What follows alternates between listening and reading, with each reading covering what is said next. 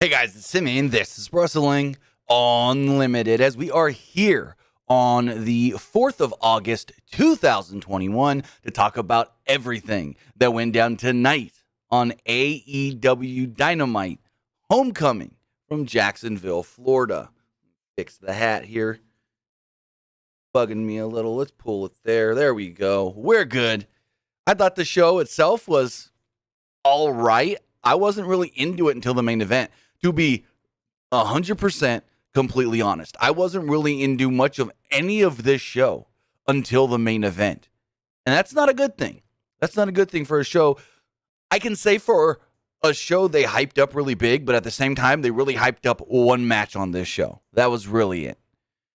I was confused by more of this show than anything. Like, segments had happened, and I go, that made no sense. What the hell was that? What, huh? What? And we'll get into all of that. We'll talk about everything that happened. But I want to say thank you for joining me here. Twitch.tv/PW Unlimited. YouTube.com/Pro Wrestling Unlimited. Remember, if you are watching on Twitch, you can help us out a couple of different ways. Either by hitting that donate button down below or by donating Twitch bits in the live chat. Also, remember, you can subscribe to the channel here on Twitch. One of two different ways. You can either subscribe with a tiered subscription, or if you don't want to give us your actual money and what you pay Amazon for Amazon Prime, you can subscribe with that. Because if you have Amazon Prime and you link it to your Twitch account, then you get what's called Prime Gaming. Prime Gaming gives you a myriad of different things like free games, DLC stuff for games and whatnot, but also one free subscription to any Twitch channel you want to subscribe to throughout the month, and I greatly appreciate it if you subscribe to us right here, Pro Wrestling Unlimited. On the flip side, if you're watching on YouTube, you can help us out a couple of different ways, either by donating a super chat or a super sticker in the live chat, or subscribing to the channel as a channel member for early access to exclusive news, early access to non-news videos, early access to podcast episodes, and so much more. Plus, remember, if you miss any of this show and don't want to go back and watch it on video, you can catch it on multiple different audio podcast feeds like Apple Podcasts, Google Podcasts, iHeartRadio, Spotify, and so much more.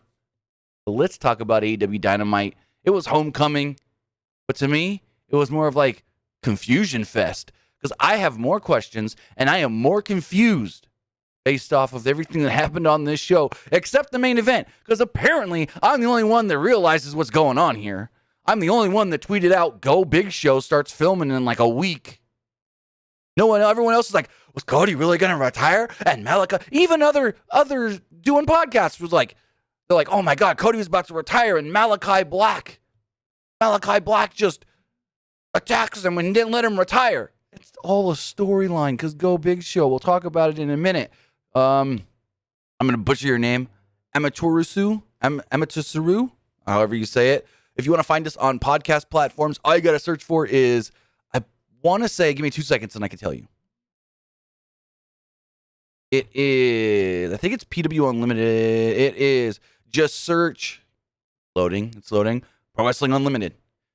Pro Wrestling Unlimited, you just search that on Apple, Spotify, or whatever, it should come up. Also, if you search, I want to say, PW Unlimited Podcast, that would probably, that should come up as well, I want to say. But yeah, just go on Apple Pods, or go on Google Podcasts, or even Spotify, iHeartRadio, and just type in Pro Wrestling Unlimited, and we should pop up. I think iHeartRadio is the trickier one to get it on. You have to like Google Pro Wrestling Unlimited, iHeartRadio, and then it'll pop right up. For some reason, when you search it on iHeartRadio, it starts just playing music. I don't know why. It's just some music entitled Wrestling. But with that, the show kicked off with the third labor of Jericho. It was Chris Jericho versus Juventud Guerrera. Jericho must win with a move off the top rope. And I'm going to say it right now, early on, these two were not on the same page. It just didn't feel like these two vibed early on in this match. So this was their first match together since, I want to say, 1998 or 1999. I know they kept referencing the Cruiserweight title match. Hold on, I can tell you exactly when their last match was. Chris Jericho versus Juventud Guerrera. Matches. Oh, let's just do this. To exactly when their last match was. It was, other than tonight,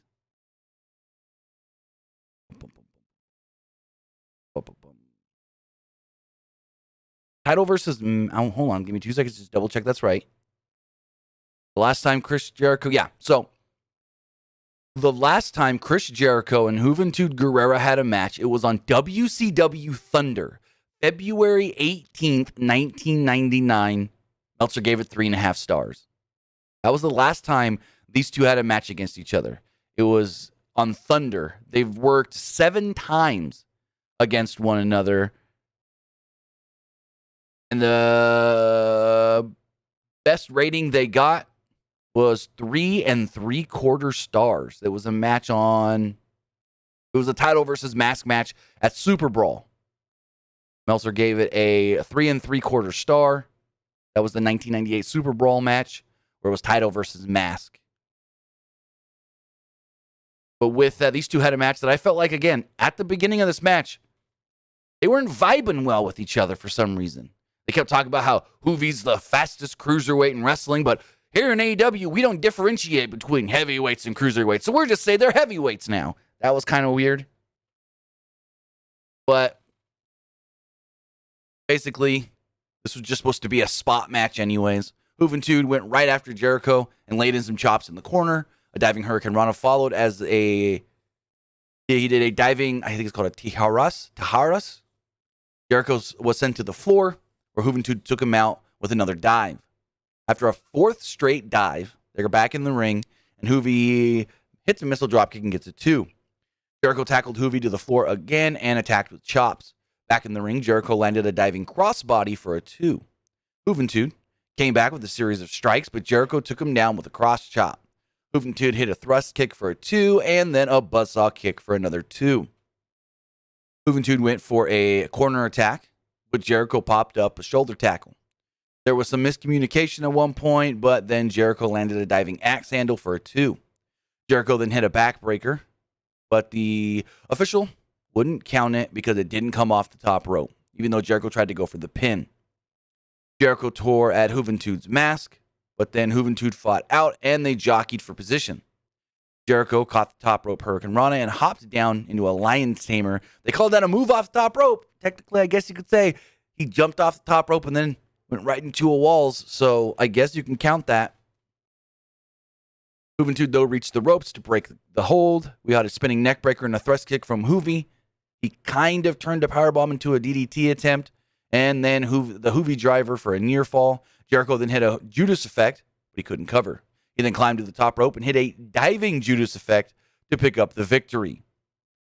So after the match, Jericho and Juvi were like embracing or whatever, and Wardlow would run down to attack Jericho and hit Juvi with the F10 before hitting Jericho with a casualty of war.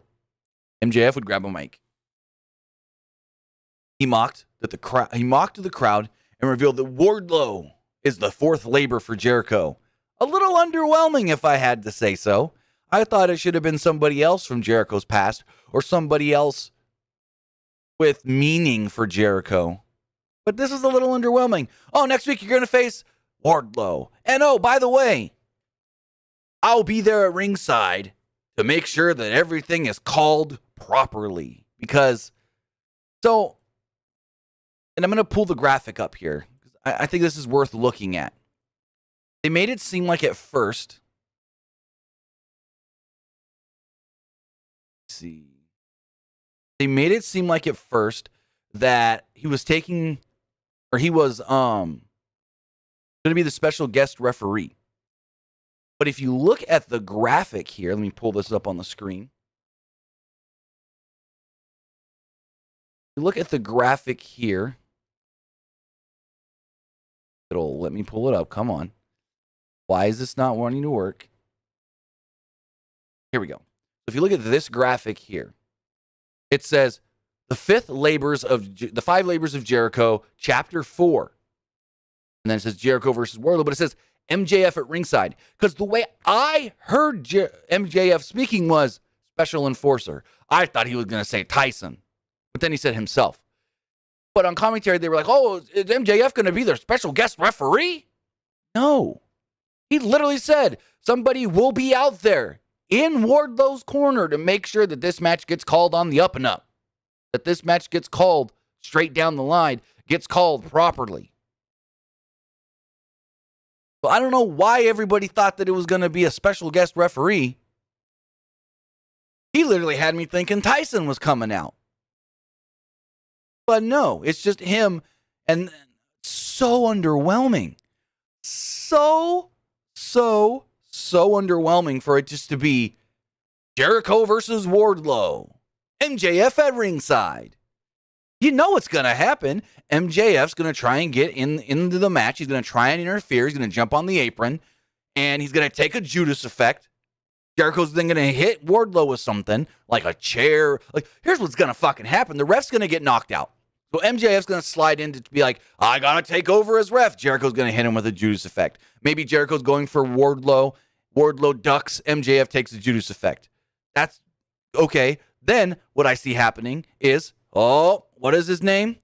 Floyd the Bat. Boom, Wardlow, you're down. New referee slides in. 1, 2, 3. Ooh, of course Jericho won. Now he gets to face MJF. It's so obvious. So obvious. MJF's going to get knocked down. So that way he can't stop the ref from counting. Because you know there's going to be a spot where you go 1, 2. And he like pulls the ref for something and goes, it wasn't me. I'm sorry. It wasn't me. You know some bullshit like that's going to happen. But I think MJF gets knocked out by Jericho, maybe inadvertently. Jericho then uses Floyd, new referee, bum, bum, bum. Jericho wins. Jericho's got to win. But it's very underwhelming. It is very, very, very underwhelming. It's just Jericho versus Wardlow. No stip, no nothing. Oh, MJF's going to be at ringside. Well, technically, MJF's been at ringside every time because there's nothing saying he couldn't have jumped off of the announce desk at every... Stupid. Dumb. You would think they had a better idea than this. Well, let's pull my notes back up. We do have a super chat here from Sam Piven. Really do appreciate that. He's asking about Adam Page. And I'll read the question now, but I'll talk about this more when we get to it. He says, if you're Adam Cole... Oh, no, he's talking about Adam Cole. I just saw it said Adam.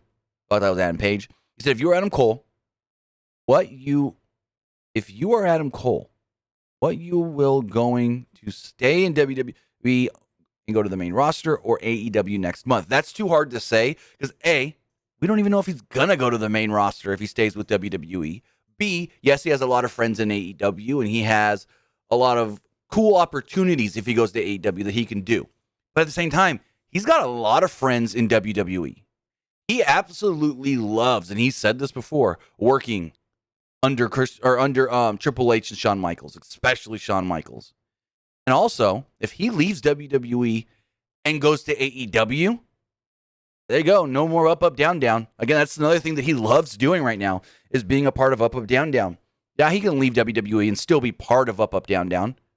But if he shows up in AEW, kabosh, kill that. But then the other factor is if WWE gives him an offer and says, here's your offer this many years for this amount of money, but you're coming to the main roster. There's something he has to think about. And that's Twitch. Adam Cole streams on Twitch at least 5 days a week.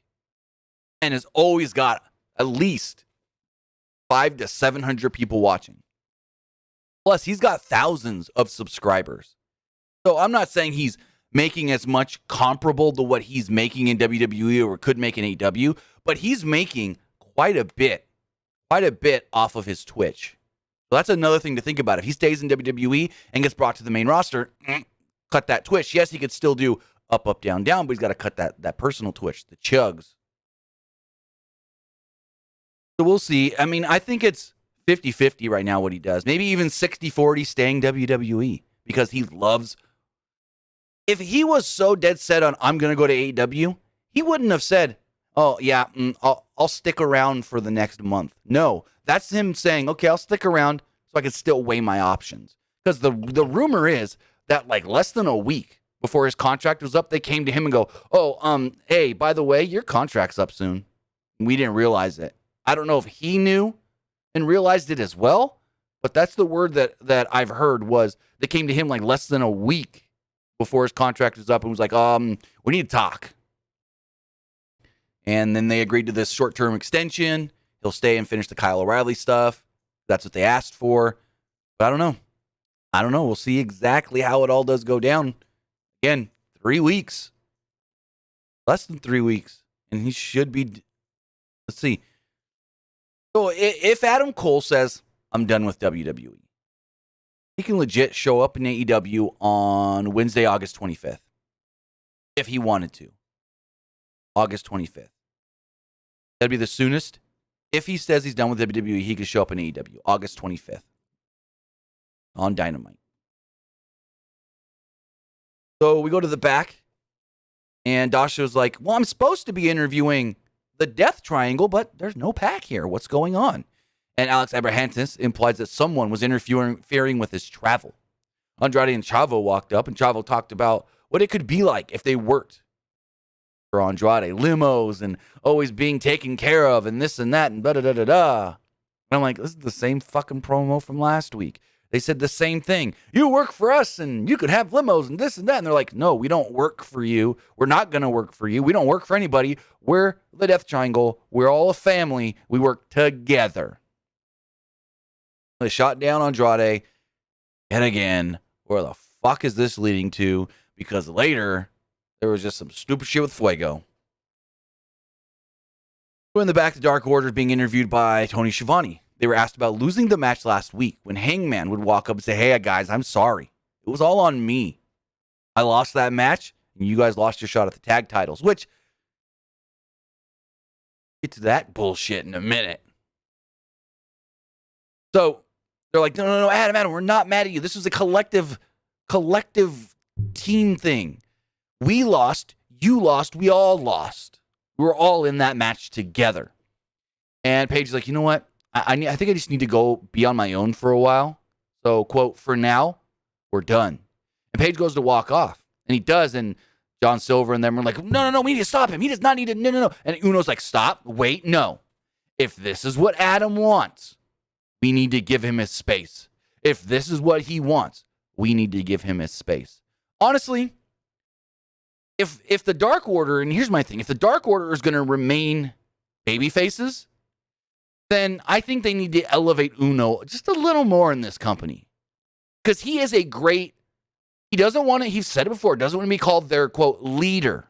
But he is a great motivator and all around, what's the word I'm looking for other than leader? He's a great motivator and a great person just to guide them in the right direction. Now, if they're going to eventually turn him heel and they bring someone in like a former Bray Wyatt or something, cool. But I think if this group's going to remain babyface, they need somebody like Uno, which he's been doing since Brody passed away, to lead them. Not be their, quote, leader, but kind of be the voice, a voice of reason for the Dark Order. But in turn, I think Uno himself needs to be elevated just a skosh to give them a little bit more credibility, if that makes sense.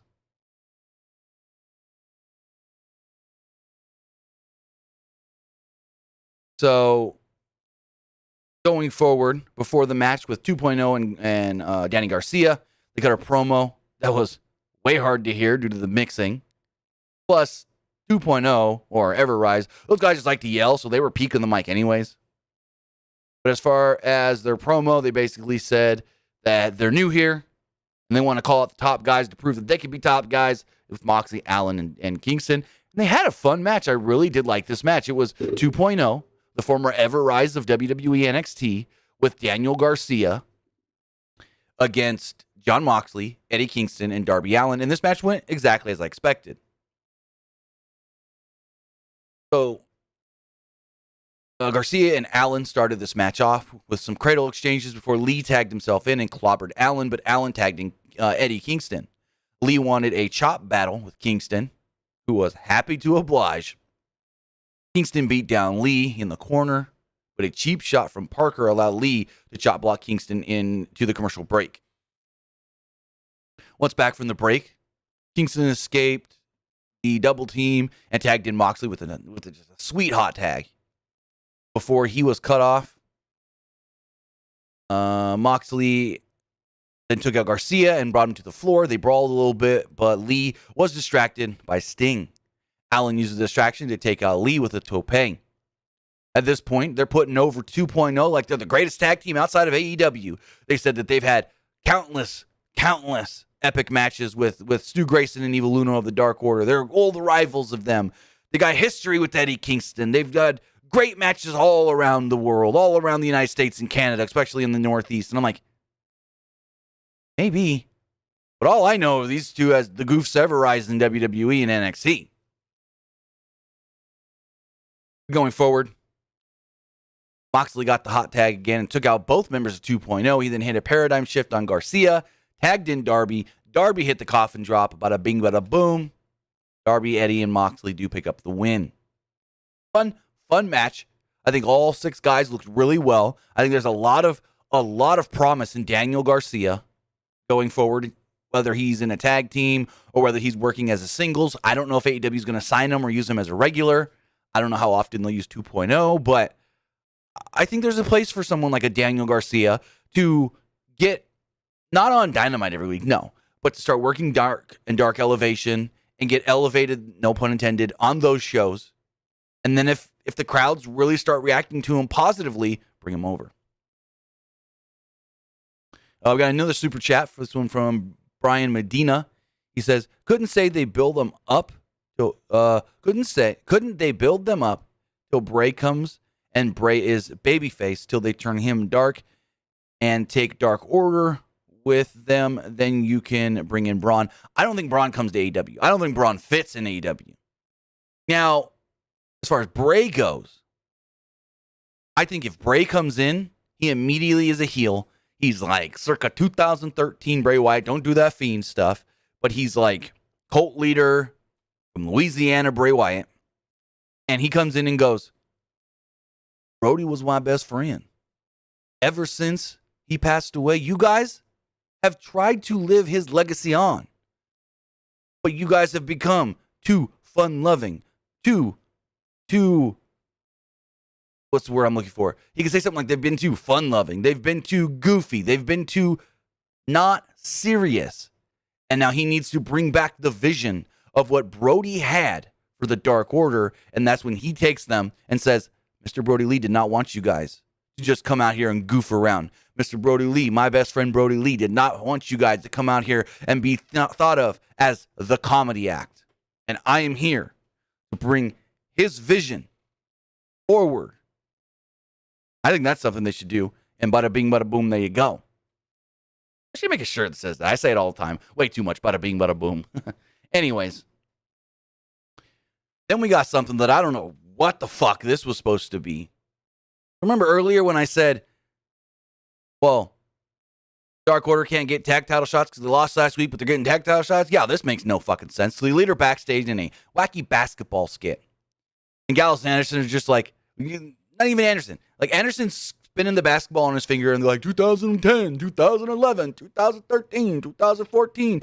And all of a sudden Gallows just goes, hey, Dark Order, you want a shot at our Impact tag titles? Woo, you got it next week. And I go, the fuck? You're just going to give them an Impact tag title shot next week? That makes no sense.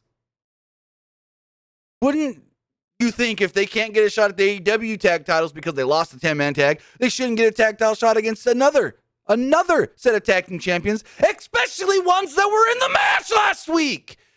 It's stupid. And shouldn't they have to earn this? They had to, quote, earn the AEW World Tag Team title shot, and they failed at that. So why just give them this tag title shot? It makes no sense at all. But none of this segment did. I mean, fucking Kenny's wearing a Cookie Monster shirt, and Gallows is wearing a Ric Flair-esque robe. What the? I don't know what the hell this was. Omega said Page blew it last week. And now he's got no friends. They then told Cutler cut down the basketball hoop because they're retiring from this game. I have no clue what the fuck any of this was. Like, Nick Jackson cut some promo that sounded like Braveheart or something. They referenced a movie, but I don't remember exactly what it was. He goes, Brandon Cutler's like, ain't that a line from such and such? And he's like, hush it. And he keeps on going. And I'm just like, they get wackier and wackier every week, and it just doesn't fucking work for me. They try to be cool, I guess you could say. But the more cool they are, the fucking stupider they are. I just don't get it, and I don't like it at all. And here's the other thing. Their Dark Order, Stu Grayson, Evil Uno, are going to get this tag title shot for what? To lose? So the Dark Order just keeps on fucking losing? That's all it's going to be. They are not. I'm going to repeat, and I'll eat my words if I'm wrong. They are not beating Gallows and Anderson next week for the tag titles. I will eat my words if I'm wrong.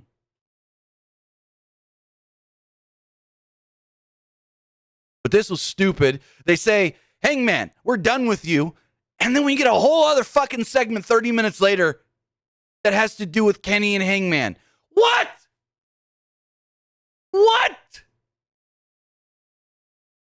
So next up, we got Christian Cage against the Blade. He's got the bunny there. She plays into this match. Christian was attacked before the bell. Blade quickly gained the advantage in the ring, but Christian came back with the right hand. Blade tried to flee, and Christian made chase, but was stopped by the bunny. Christian ignored the distraction and sent Blade into the barricade. Back in the ring, Christian climbed to the top rope where the bunny tried to grab his leg, so Layla Hirsch ran out to make the save, chasing the bunny to the back. Blade tried to use the distraction to take control, but Christian had him scouted. Blade then took out Christian with a rope rebound suplex ahead of a commercial break.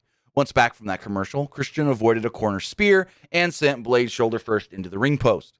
He followed it up with a dive from the post to the floor. Christian, that is. Christian then played it up like he effed up his knees a little bit, but then he was fine. Back in the ring, Christian hit right hands, followed by corner punches.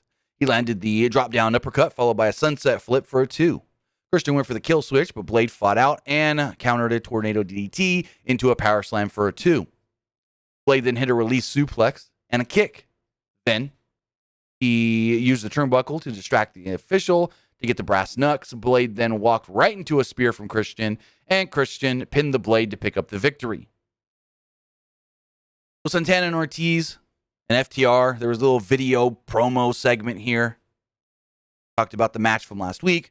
Harwood said he almost watched his friend die.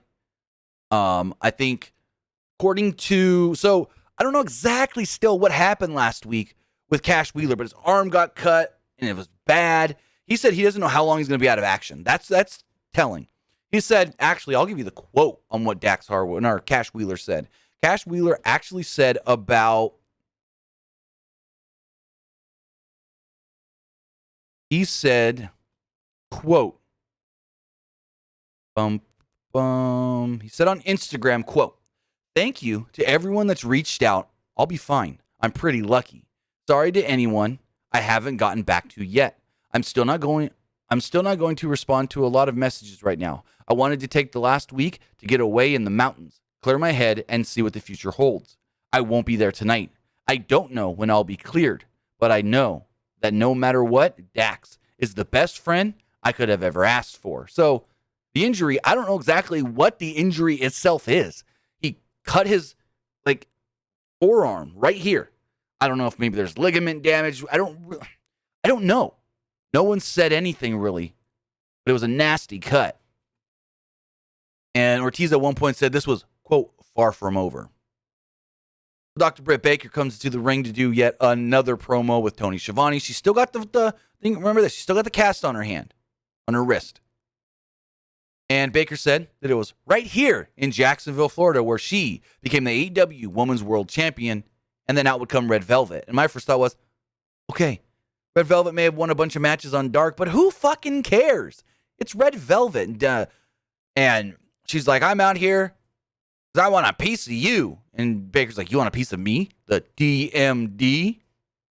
And Red Velvet's like, red ain't your color, honey. And I'm like, oh my, so stupid. He's like, Baker was like, yeah, I beat you in like a 3-minute match last time we fought. And she's like, she literally says, I'm different now. I was an enhancement talent back then, but now I'm 22-4. And that means I've earned myself a shot at the title. And Baker's just like, you know what? Fuck it. You want to fight me? Whatever you want? Sure, we'll do it next week in my hometown on the debut of Rampage. Let's go.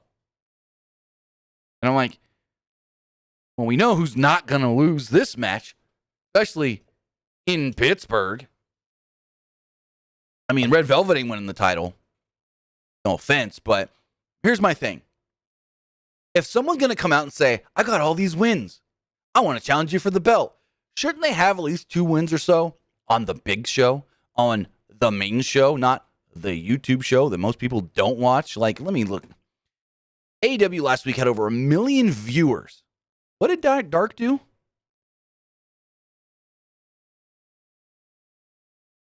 Over 1 million viewers. But last week's, I'm going to count this week's because it just aired yesterday. But last week's episode of AEW Dark did 141,000 viewers. That's a lot of viewers. But compared to Dynamite, and how many people watch Dynamite compared to Dark, not that many.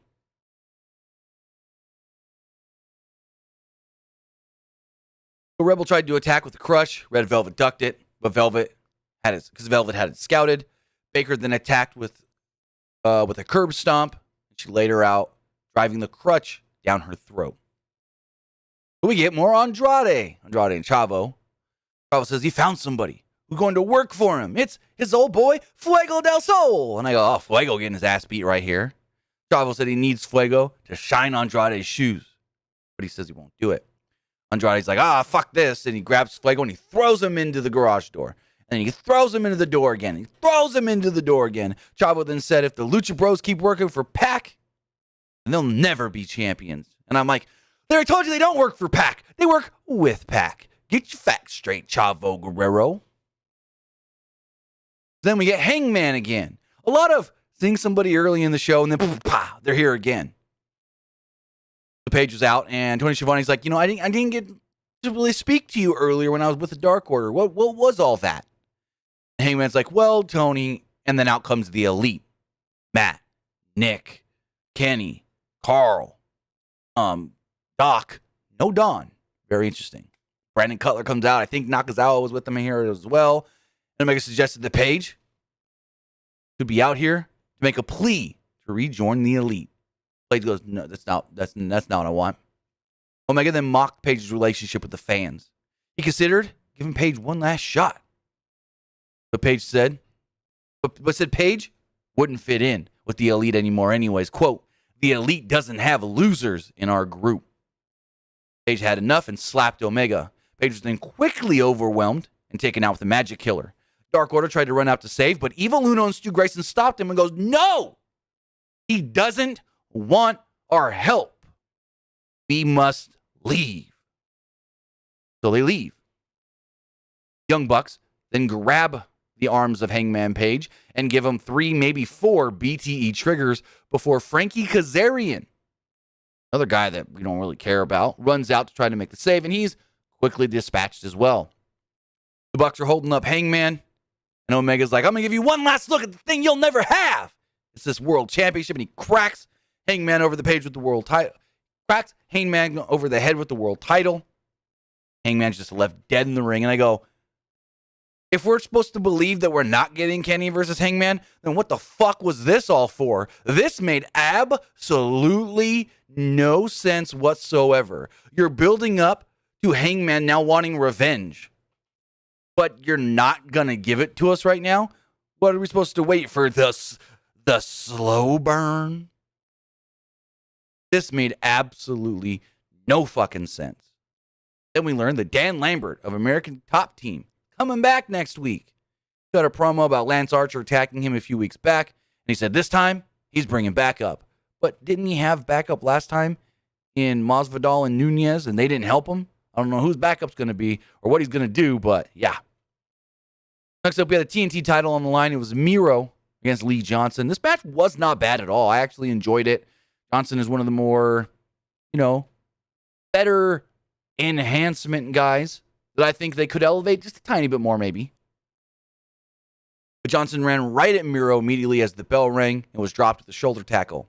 Miro shrugged him off and started striking him, and then caught a diving crossbody, turning it into a slam. He called for the game over, but Johnson rolled to the floor ahead of a commercial break. Back from the break, Miro had Johnson locked in a bear hug before demanding more shots from Johnson. Johnson countered a pop-up into a DDT, but Miro popped him up. Or popped up, didn't sell the DDT. Miro, Miro kind of sold him. Like, Miro, he hit the DDT, Miro popped right back to his feet, was on wobbly legs for a second, allowed Johnson to hit him with a couple strikes, drop kick him, and Miro fell to the floor. Johnson then hit a couple dives to the outside. Johnson then landed a crossbody, but Miro kicked out a 1. Miro then went for a German suplex, but Johnson flipped out and hit some thrust kicks. Johnson went back to the top and hit a frog splash for a 2. He tried to hoist Miro up, but Miro fought out and crushed Johnson with a high kick. Miro then called for the game over, locked it in, and the referee, he didn't tap. Lee Johnson didn't tap, but the ref called for the stoppage because Johnson just was out. Going forward, Excalibur said, we got some news regarding the debut next week of AEW Rampage. I will be doing the commentary along with Mark Henry, Taz, and Chris Jericho. And Jim Ross is like, yeah, Tony and I get a week off. Or get a night off. We're just going to go sit on our couches and watch the show. And then he kind of motions to Shivani and goes, well, actually, Tony may be holding the microphone somewhere on that show. He's always kept busy. And Shivani's like, yeah, presumably.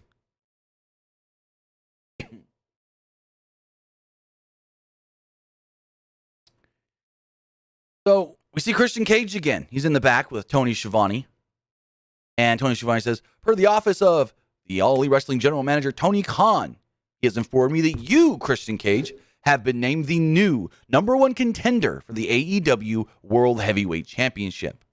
Christian says, also, I have a question. Layla Hirsch came to your aid earlier tonight. Will you aid her in her match tonight against the Bunny? And Christian goes, no. She told me she doesn't need me. She told me she's got friends. She's got some best friends. And then starts singing, thank you for being a friend, up and down the road and back again. Thank you for being a friend. He then said, I didn't come here in AEW just to have some matches and slap some hands. No, I came here to cement my legacy and get back what I'd lost 7 years ago, a shot at championships. Christian says that he's been here for a while and stirred up some shit. But he's not just good. He's elite. And I go, what the fuck does that mean? He's elite? He ain't joining the elite. I get it. The company's called All Elite Wrestling. But in All Elite Wrestling, when you say, I'm elite, we're elite, you're referencing to the elite. So what the fuck is Christian referencing here? But please don't tell me that the all-out main event in less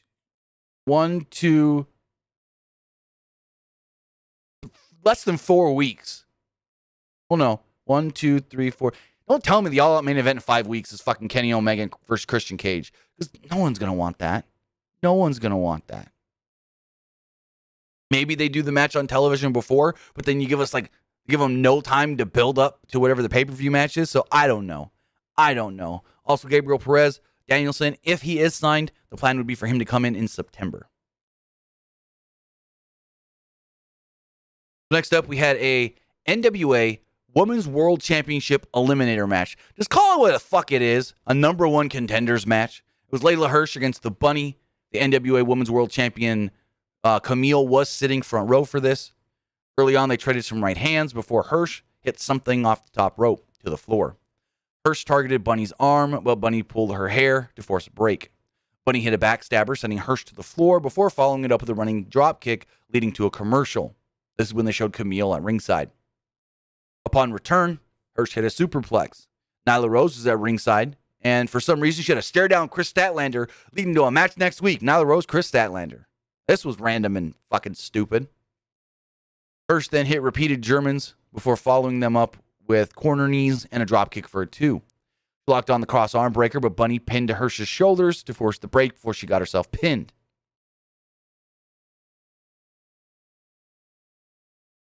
Hirsch then hit a big knee, followed by missing a step-up moonsault. Bunny would take advantage with a thrust kick and a Death Valley driver for a 2. Hirsch fought out of a down the rabbit hole and went for the cross arm breaker, again transitioning to the center of the ring and forcing Bunny to tap out. Then, emotions, Camille. Hey, I'm coming for you. Your title at the Empower pay-per-view. What's up? What's up? And Camille's like, I want to get in that ring with you. Camille gets in the ring. And Camille's legit. Camille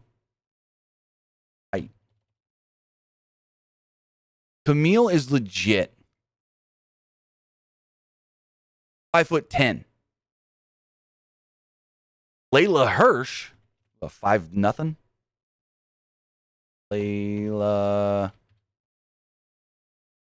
4'11". Almost a full foot difference. And when you see this, where Camille's standing here and Layla's here, just chest level, God.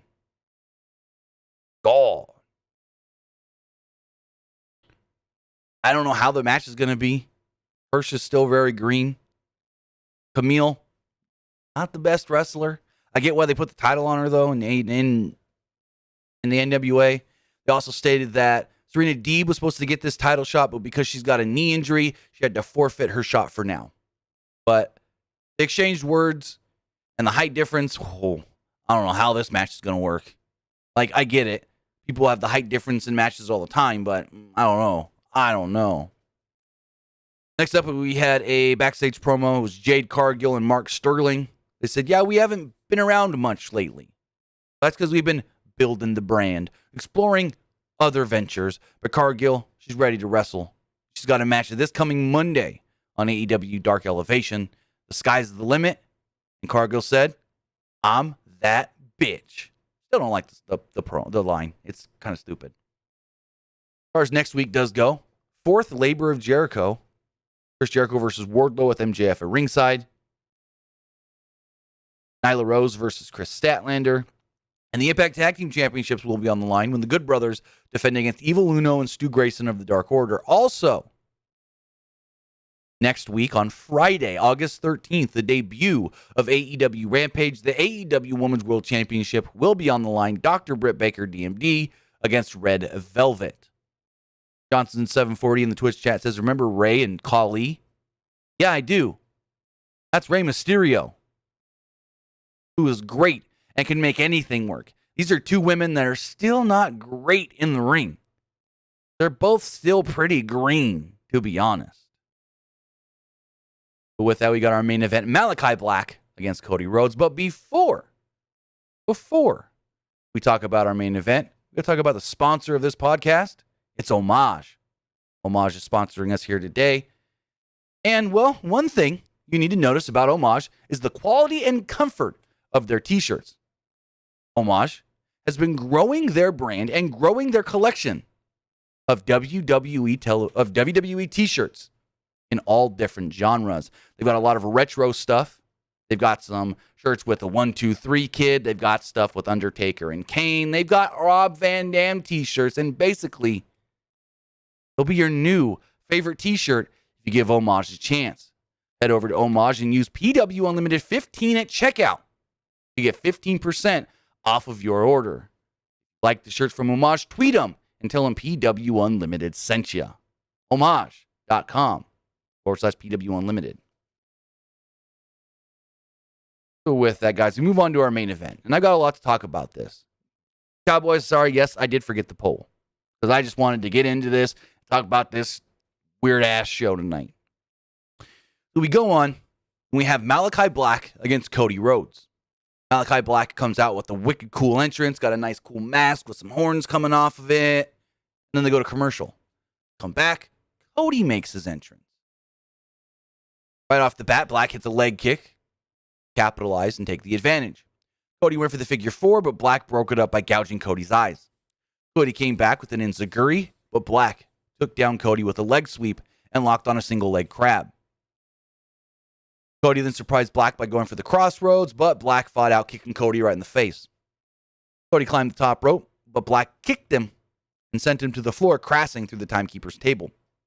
Cody barely made it back in the ring before the 10 count, and then Black hit a spinning kick, put one foot on top of Cody, and pinned him to pick up the victory. Cody's bleeding just a tiny bit from his nose. Doctor checks on him really fast. Doctor gives him a crutch, and Cody's playing it up like he's got a bad knee injury. Tony Schiavone's like, you know what? I'm going to go down there. I'm going to talk to Cody right now. I want to see what his mind is thinking. And Tony tries to help Cody to his feet, and Cody's like, I got this. I'm fine. Let's talk. And before Dynamite, if you're signed up to the AEW community text messages, Cody sent out a text message to fans that stated, I have it here. Where the hell is it? Why can't I find it anymore? Cody stated, whichever way it goes tonight, I just wanted to share where I'm at in this moment. This has been a marvelous almost 3-year run. I've been incredibly lucky to be one of a few to carry the banner for this genuine revolution. When this all started, some laughed at myself, some laughed at the Bucks, Kenny also. And now it's just become a given that this show is destination programming. The tables have been set. Others can eat. I say this with no bitterness in my heart. Thank you for all. Thank you for all this. This is a legacy. This lives forever. Well, Cody basically said all that, not in the same order, but basically paraphrased and resaid that exact same thing that he text messaged. And so Cody's in the ring and he's saying all this and whatnot, and he's like starting to choke up and almost started crying or whatever. He's like, but, you know, now AEW isn't an alternative. They're competition. Cody said he's been lucky to be here. He said, yes, he said he loves all of his EVPs, even if there's been some infighting. He then says, quote, with all respect to Daly's Place, which is a gas station chain in Florida that sponsors the amphitheater. He says, this should be called the AEW Amphitheater. There's no better place. And then thanks to fans, said that they've made his life so special. And Cody kneels down. He unzips his boot and he takes the first boot off. He looks around at the fans as he stands back up. And Malachi Black jumps in and cracks Cody in the back with a crutch. And everyone goes, oh my God, was Cody just about to actually retire? Was Cody going to actually retire from professional wrestling? Was he done in All Elite Wrestling? And I go, fuck no. You know what was announced 3 weeks ago? Go Big Show Season 2 is filming in August. Snoop is not returning. He will be replaced by DJ Khaled. But you know who is returning? Jennifer Nettles, Rosario Dawson, and Cody Rhodes. So just like they did with Mr. Brody Lee 1 year ago, Cody got destroyed and then took time off to film a television show and has a built-in program when he comes back. Cody got destroyed. Black then attacked him after the match. So bada bing, bada boom, there you go. Cody's just taking 5 or so weeks off to go film season 2 of Go Big Show. That's all this is. Everybody trying to say, oh, this is something else, and da da da da blah blah. Gabriel's baby's already been born. She's like 3 weeks old.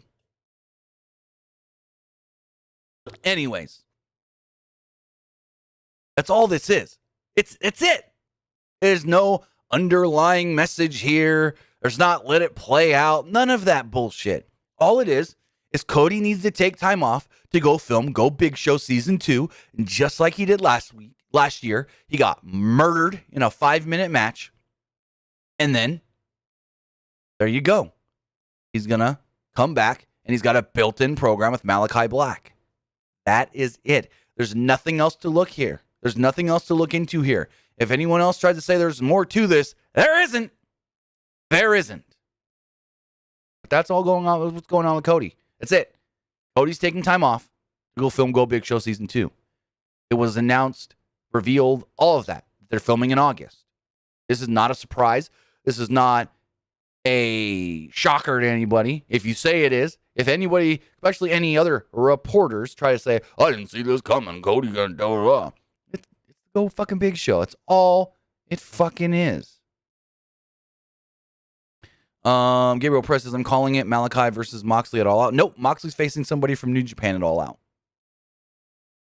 But with that, guys, that was AEW Dynamite. a very confusing show, to say the least, with a great main event and a great main event segment after the main event match. But with that, forgot to run the poll. Sorry about that, guys. But we do have text messages.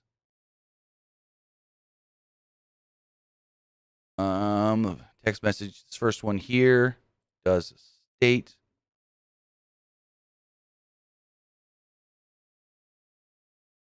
who do you think is next in line to challenge? We already know that's Christian Cage. What were your toughest on tonight's Dynamite, and who do you see challenging Kenny Omega? I think he means thoughts, but it says toughest.